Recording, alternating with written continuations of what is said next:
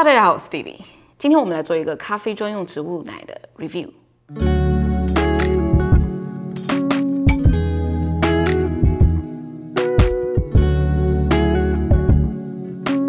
最近市场上出现的植物奶真的是越来越多了。除了我们常见的豆奶、杏仁奶、燕麦奶、椰奶之外呢，我还看到了一些，比如说像夏威夷果奶、腰果奶、亚麻籽奶、大麻籽奶、豌豆奶等等等等。今天我想来说一个特别的。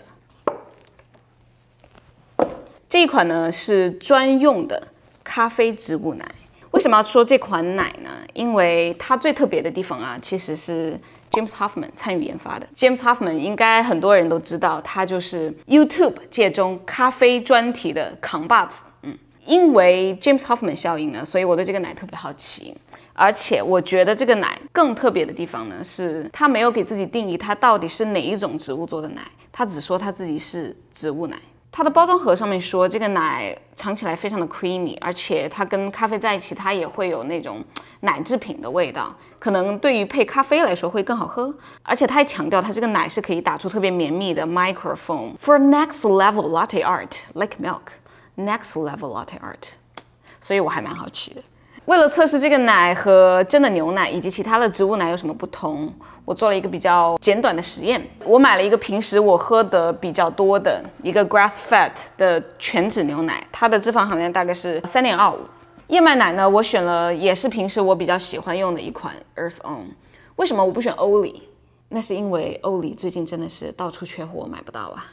这个燕麦奶呢，其实我觉得它跟欧里在口味上面以及在它打奶的绵密程度上面并没有差很多，所以我觉得选择它来说，它也算是燕麦奶中的佼佼者吧。之前我做了一个各个品牌的燕麦奶的深度测评，有兴趣的小伙伴记得去看一下哦。接下来的测评呢，我会从以下几个方面来分析它。第一个是它的瓶身设计，第二个是它单喝的口味，第三是它在牛奶打发以及拉花的时候，包括它的奶泡持久度进行一个观察。第四呢是它和咖啡融合之后的味道。第五呢是它的营养成分。最后一个呢是它的 ingredients， 做这个奶它用到了哪些成分。我们先来说一下它的瓶身设计吧。如果看过之前我燕麦奶那一集的小伙伴应该就会知道，有一些设计真的是很糟糕啊。很遗憾，这个瓶身设计不是我最喜欢的，因为它要2次开盖。打开了这个盖子以后呢，它有一个第2层的东西，你要把它拉开以后你才可以使用。这个不是最坏的，我觉得最浪费时间的是你在开盖前不能晃，你不能摇匀了以后再倒，因为它这个真的是一升装，特别实诚，它没有给你足够的一些空间来让你开盖前晃它，所以你必须得开一次盖子，然后再开一次盖子以后，然后再把它盖回去。然后再晃啊晃啊晃啊晃，然后再开盖，再倒出来。所以我觉得这种小细节对比较忙的咖啡店来说，真的不是非常的友好。因为我试到的样品不是很多，所以我也不确定它里面的那个盖子会不会跟之前某一个我不太喜欢的那个一样，会经常断。如果它断了的话，你还要拿刀把它戳开，那就会更加浪费时间了。对，所以这个瓶身设计，我觉得还是有改进的空间。我们说一下它单喝的味道吧。它在单喝的时候，我把它和燕麦奶以及牛奶都做了一个对比。这个 Rebel Kitchen 的 Milk 跟这个燕麦奶，它的颜色还是有差的，牛奶就更不用说了。它们喝起来的味道，牛奶的话，香香甜甜的牛奶嘛，相信大家对牛奶的味道都不是很陌生，就比较正常的牛奶。但是这个 Rebel Kitchen 这个植物奶的味道和这个燕麦奶的味道的不同是，燕麦奶在入口的时候它会有一点酸，然后它的口感是偏淡的，但是在喝完以后，它慢慢的那个回味的感觉会让你的舌头突然一下觉得很重，所以燕麦奶的口感是比较厚重型的，而且它的 aftertaste 也会提醒你，我刚刚喝了一个东西，喝了这个燕麦奶的感觉。但是这个 Rebel Kitchen 的植物奶呢，它从头到尾，它的整体的口感都是非常一致的，它没有像燕麦奶那么厚重，就是比较轻薄，比较清爽，就喝起来就跟牛奶一样，不会让你觉得你好像喝完以后舌头有什么东西黏黏的，而且它也没有一入口什么酸味啊之类的。但是这个植物奶给我的第一感觉就是有点像是椰奶，它椰奶的味道真的很重，以及一些燕麦、一些豆奶的味道，但是主要的味道还是椰奶的味道。它好喝吗？我觉得还好吧。如果你很喜欢喝椰奶的话，你应该会喜欢喝这个。接下来我们来说它牛奶打发的情况。我觉得牛奶、燕麦奶和这个植物奶，它打发起来牛奶还是最好打的。但是这一款真的也不差，它跟一般的一些豆奶或者是杏仁奶来说，它真的是可以打出非常绵密的奶泡，就像是这一款燕麦奶一样。用它来做拉花的时候，是可以明显的感觉到那些线条不会破坏掉，不会太水啊，或者是奶泡会太粗啊，它的流畅度还是很不错的。说完拉花，我们说一下它的奶泡持久度吧。我把它跟牛奶做了对比，我先做好了一杯拿铁，接着做了一杯 Ripple Kitchen 植物奶的拿铁，它们前后的差距大概也就是1分半钟。刚做完的时候，其实可以看出来这2杯的质感都是很光滑的。3分钟以后，这2杯都慢慢开始失去了一些光泽了。6分钟以后，好像这2杯拿铁有点像是加了高斯模糊的效果。随着时间的推移，到了第10分钟的时候，其实这个植物奶的线条也还是很清楚，但是牛奶的开始有点糊了。15分钟的时候，差异就很明显了。牛奶那杯看起来很恶心，但是植物奶这杯也就还好。到了第25分钟的时候，牛奶这杯已经妈都不认识了，但是植物奶这杯的尊严还是在的。虽然这款植物奶它打完以后你是可以感觉它很绵密，做拿铁也是可以拉出比较顺滑的那种线条感，但是用微距来看的话，其实它做完拿铁的那个泡泡跟牛奶的泡泡比，它的泡泡还是要比牛奶泡泡要大很多。它这个奶泡的消散真的很影响口感。如果你的奶泡稍微打得厚了一点，就比如说你想要给它做个 cappuccino， 然后你做完以后你没有立马喝，你放了一会，然后一口下去，你就感觉自己在喝西北风，因为好像喝到嘴里全是空气。好，接下来我们说说这个奶和咖啡融合以后它的味道是什么样的。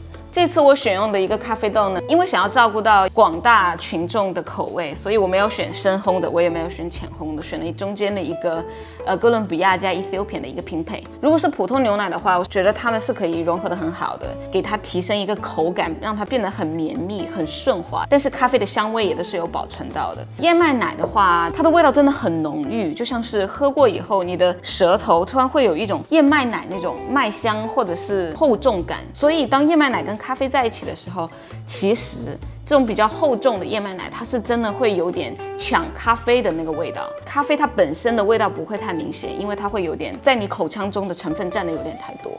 这款奶跟咖啡融合以后呢，它没有之前的某一款燕麦奶产生的那种很不舒服的酸，它其实喝起来也就是蛮正常的一杯 latte， 它还是跟牛奶一样，跟咖啡是属于一种相辅相成的感觉，会觉得整杯喝起来不会觉得很过于厚重，还是很清爽的，至少它不会改变咖啡的味道，而且它的味道跟咖啡在一起，真的让我想到了小时候吃到的海南咖啡椰子糖的那种味道。真的，突然就是小时候的回忆啊，反正还蛮奇妙的。但是如果我自己一定要喝的话，我还是更喜欢喝燕麦奶的拿铁，因为我很喜欢燕麦奶那种很厚实、很甜的感觉。好，然后我们再来说下它们的营养成分吧。这3款的营养成分呢，我都以250毫升作为单位来看。先看它们的卡路里吧。这个牛奶的卡路里大概是每250毫升160卡，这个燕麦奶是150卡，然后这个植物奶是140卡，所以它相对于来说还算是比较低。然后说说它脂肪含量，这个牛奶因为是全脂比较高，8克，燕麦奶是7克，植物奶呢也是8克，所以我觉得也都差不多，都是在一个范围里。蛋白质含量8克、3克、1.25克。说说它的含糖量，12、6克、7.75，我觉得也相差不大，没有那种特别极端的指标。碳水的话12克、18克，然后这个植物奶是16克，所以我觉得它们相差应该都不大。看你对哪个指标比较看重的话，根据你自己的需求来选。但是我觉得这款植物奶还是落在了一个大致的范围区间里，没有特别极端的一些数据上的表现。对。最后再说一个，现在也越来越多人关心的，他们的那些 ingredients 到底有多少种？牛奶没什么好说的，就只有2种。我看了一下，它就是牛奶加一个维他命 D。我之前的那期燕麦奶视频呢，这一款是比较可怕的，它有13种含量，但是大部分的燕麦奶，比如是像欧丽，它大概也就只有6种含量。这个呢，它一共有9个成分在这里面。这9个成分具体有什么作用呢？其实 James Hoffmann 他有一篇专门请了这个研发经理过来讲。大家如果有兴趣的话，可以去看看那一集。最后说一下我的总结看法吧。它的包装上写的 tastes like milk， 它真的 tastes like milk 吗？我觉得还好呀，我觉得它一喝就是植物奶，因为它那个椰奶味的成分真的很重。因为我是燕麦奶的脑残粉，所以我的意见大家听听就好。这一款它其实主打的也是健康嘛，它没有加其他很多乱七八糟的成分。如果真的如他们所说，他们选的每一款材料，他们都是真的是认真选择最好的材料的话，应该至少它是一个比较健康的产品了。它到底是不是一个终极的咖啡植物奶呢？这个真的不好说。但是至少它和咖啡配在一起，它并没有出现其他奇奇怪怪的味道，而且它也没有去抢咖啡的味道。所以综合以上这些优点，我觉得这一款奶做的真的还算是不错的。但是就口味上来说，对我来说真的就是一般了。对了，说说它在哪里可以买到吧。如果是在美国的话，美国是有这个牛奶的官网，然后我相信在美国应该会有一些咖啡烘焙商或者一些卖咖啡的店，它可能会 carry 这个品牌。但是因为这是个英国的品牌，所以我相信在欧洲的小伙伴应该也是可以买到的。澳大利亚也是有它的官网的。然后在加拿大的话呢，其他地方我不知道，但是在 BC 省你是可以买到的。你可以在温哥华的 Timber Chain 咖啡店买到这款奶。之前我好像看到加拿大东部的那个 Hatch 有卖，但最近好像又没货了，我不知道怎么回事。因为这个奶刚出来也没有太久，我相信会有越来越多的咖啡店开始尝试这个奶。大陆的话我好像也还没有看到，包括台湾我也暂时没有看到。但是我希望以后在不久的将来，大家都有机会能够尝尝看这个奶到底是什么味道。好了，今天的分享就到这里，希望这期分享对你有帮助，我们下期视频再见。